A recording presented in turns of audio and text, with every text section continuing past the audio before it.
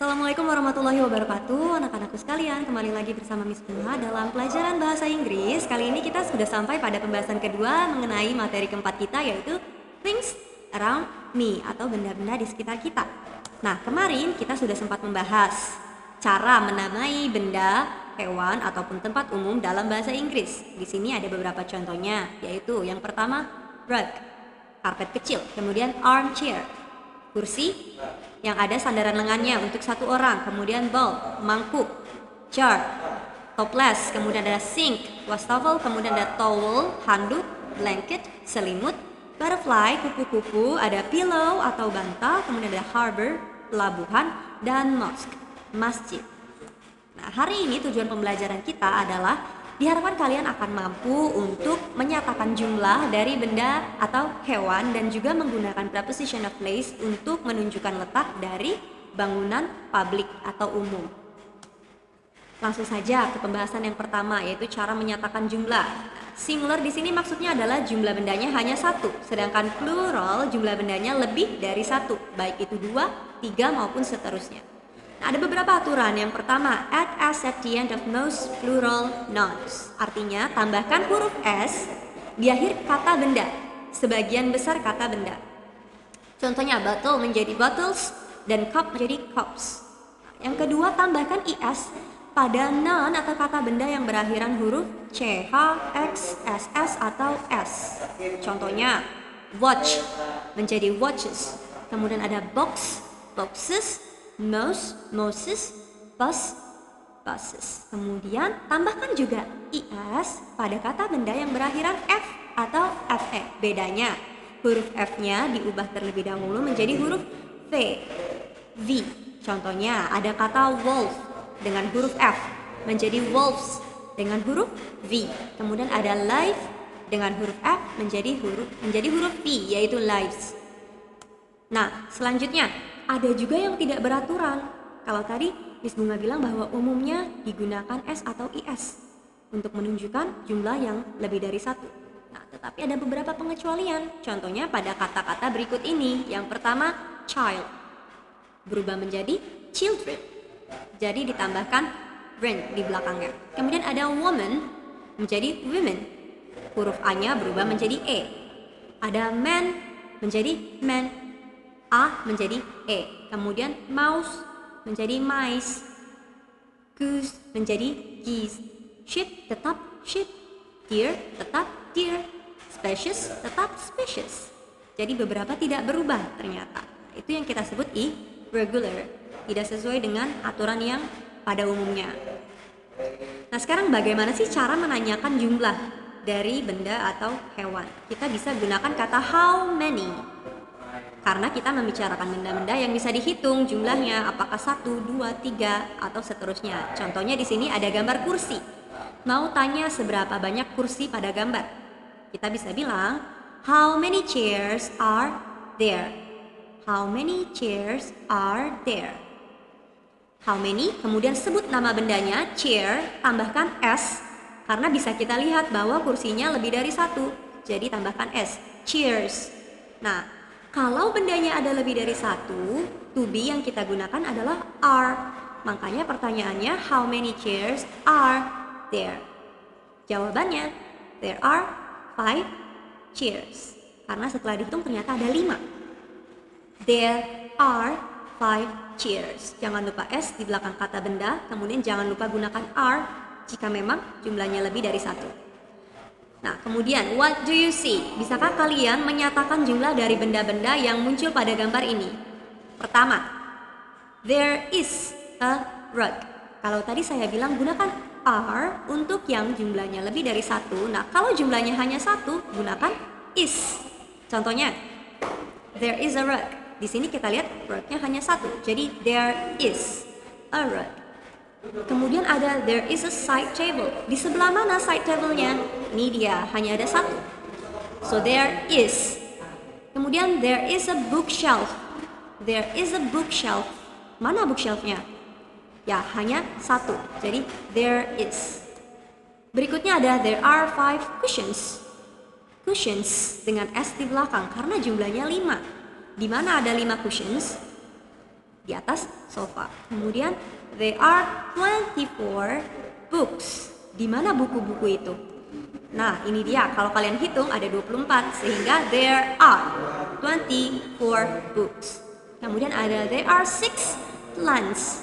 Tumbuhannya mana saja sih? Kita hitung 1, 2, 3, 4, 5, 6. Oh, betul, ternyata ada 6 sehingga there are 6 plants. Ingat ya, gunakan is jika jumlahnya 1, gunakan are jika jumlahnya lebih dari 1, dan jangan lupa tambahkan s di belakang kata benda. Nah,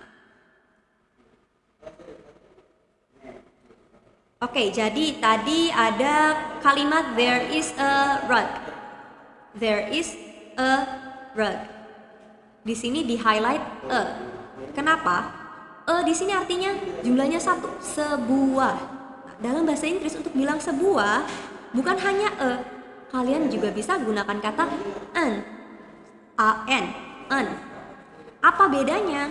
Di sini di highlight bahwa digunakan untuk yang jumlahnya 1, dan bendanya sendiri berawalan consonant, huruf konsonan. Huruf konsonan adalah selain a, i, u, e, o. Contohnya a book karena awalnya b. Kemudian a cushion karena awalnya c. Dan ada a flower pot karena awalnya adalah huruf F.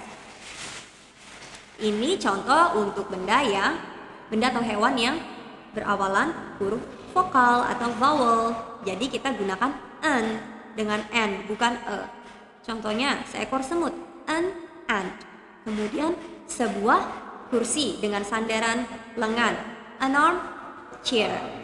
An armchair.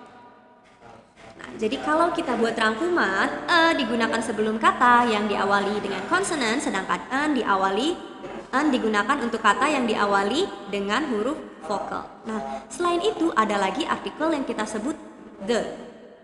Lalu kapan kita gunakan the? Jawabannya, the kita gunakan jika bendanya sudah kita sebut sebelumnya. Contohnya ada kalimat she has a new book. She has a new book. Kita sebut kata buku, kemudian berikutnya kalian mau membicarakan buku yang sama, maka kalian bisa bilang the book is thick. She has a new book. The book is thick karena sudah disebut bukunya sebelumnya. Nah, kemudian di sini ada beberapa contoh lainnya. Yang pertama, there is a lamp in the living room. Kita gunakan is karena lampunya hanya 1, kemudian gunakan karena lampu berawalan huruf konsonan L. Kemudian the lamp is a little old. Kita bisa pakai the karena lampu sudah disebutkan pada kalimat sebelumnya. Contoh kedua, there is an eraser on top of my book. Kita gunakan is karena jumlahnya hanya 1, kita gunakan an karena eraser berawalan huruf vokal E. Kemudian selanjutnya kita bisa pakai kata the karena erasernya sudah disebut pada kalimat sebelumnya. So, the eraser is mine. There are 2 pencils in my pencil case.